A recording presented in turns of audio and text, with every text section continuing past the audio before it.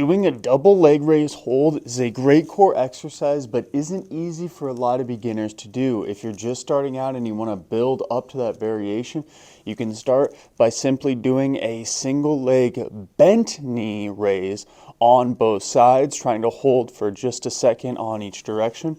Once that becomes easy, you can then move into a double bent knee hold, both together. That's going to be the next variation.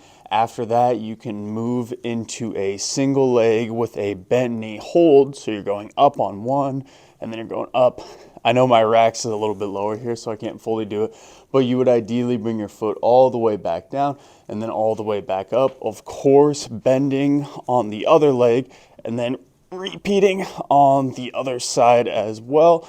And then from there, you can do alternating single leg holds. Again, when you're doing this, your legs will actually be straight down in front of you to start. I can't do that just because of the size of my rack here, but then you go up, alternating on both sides. And this is actually a pretty decent variation too, but remember, you will be having straight legs like this, and it will be looking more like this. If you're an absolute savage and want to make it a little bit tougher, once you actually then get to a full hold like I showed you at the beginning, you can add some rings to this, which will make it way more unstable for you when you're holding on to it. So the rings will naturally want to pull you out to the side like this.